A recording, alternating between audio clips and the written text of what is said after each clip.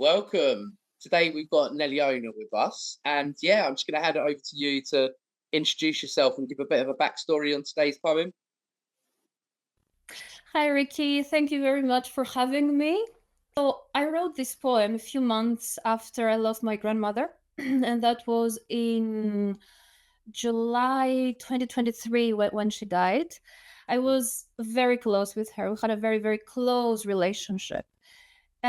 So, after my grandmother died, I felt like a part of myself, a part of my identity, collapsed.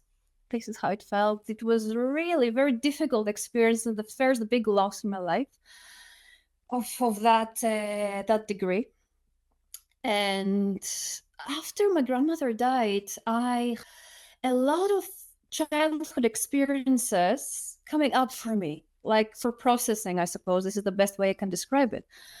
And a big part of my childhood experience was that when I was 4 years old, 4.5 years old, my parents had to flee the country I was born in, which was Albania. It was a communist Albania at the time. Yeah. And after the communism collapsed, my parents had to flee, and they had to flee as immigrants. But a big part of that was very similar to refugees, basically. And I'm explaining this because that's a big part of my poem as well. My poem is called Refugee. And so basically, after we arrived to Greece as immigrants from Albania, the experience I had in Greece was very excluding, I would say. I mean, I was born as a part of a Greek community in Albania, but when we arrived, which means that my mother tongue was Greek. So I was raised as a Greek, my mother tongue was Greek.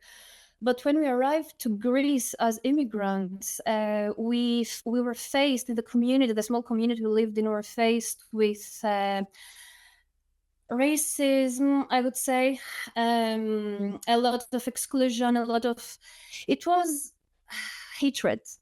That's the best way I can describe it. It was very painful. It created a lot of shame, like the word Albanian at the time. If they called you, oh, you're an Albanian, that was like they called you like something dirty, something less than, something shameful, something shameful.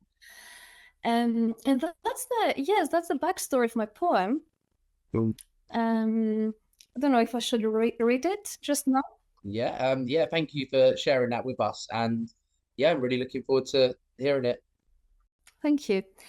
So my poem is called Refugee.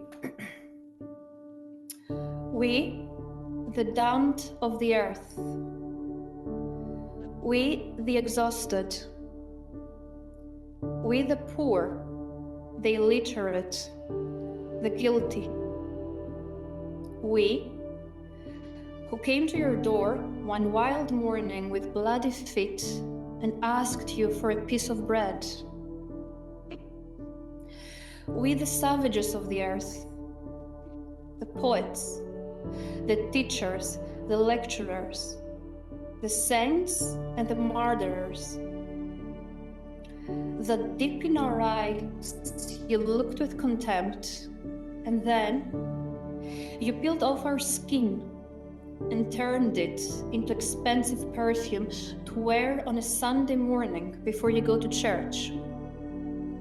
We, the homeless and the desperate.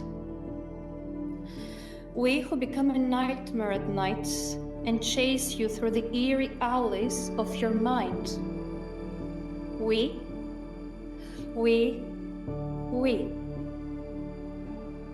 Do you see in our eyes the reflection of a monster? Don't run. Where are you going? It's not us. It's you.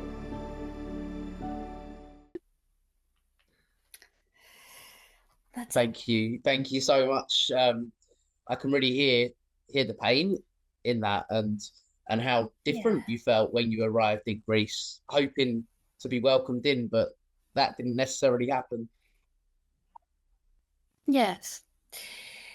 Oh, it's a story of pain for sure, that one, because it's like you're leaving your homeland and your roots, your homeland, your grandmother. I left my grandmother at the time, and I remember her crying, like tears running down her face when we were leaving. And to be honest, it was very painful because, as I said, we were born as Greeks in a Greek community in South Albania, and my motherland, my mother tongue was Greek anyway. So arriving to Greece and being received in a way, in a very rejecting way, I would say. Not only rejecting, but it was very condescending as well. As I said before, we were called Albanians, and Albanian was an offensive word. Like, you are an Albanian, offensive. So they weaponized that word. They used it to offend you, to make you feel less than a human, basically. So it felt like growing up in that community of people, I felt so small, and so it's a big part of my trauma, like dehumanized. That's the best word I can use. I felt completely dehumanized and very ashamed of who I was, of my value. Like, I didn't have any value as a human. So it was a very painful experience. Yes, very painful. I mean, your identity, you were made to feel like your identity was bad or wrong.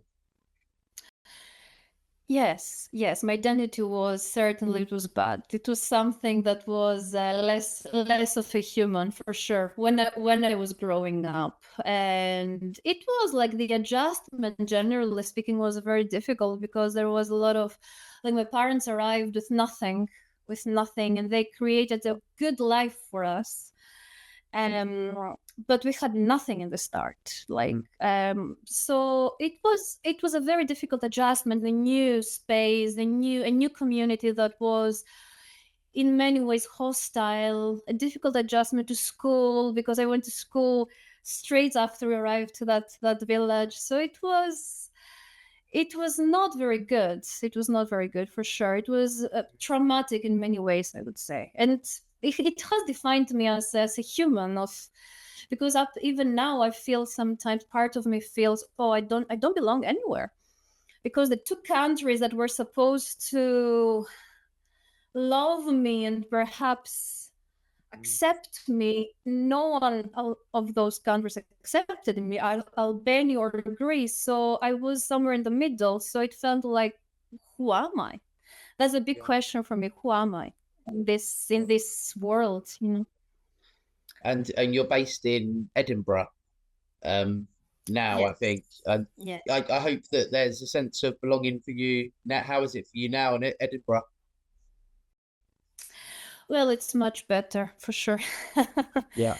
And it's good. The UK, it's been a very friendly place to live in, and very welcoming. And I have found my identity now as a person, I suppose. Yes, I work as a counselor, as a therapist now. And I feel like, maybe you know that as well, that as a therapist, a lot of your experiences, you can use them in a beautiful way to relate to your clients as well, to understand them and empathize to them. Yeah. I mean, It has been good in that way.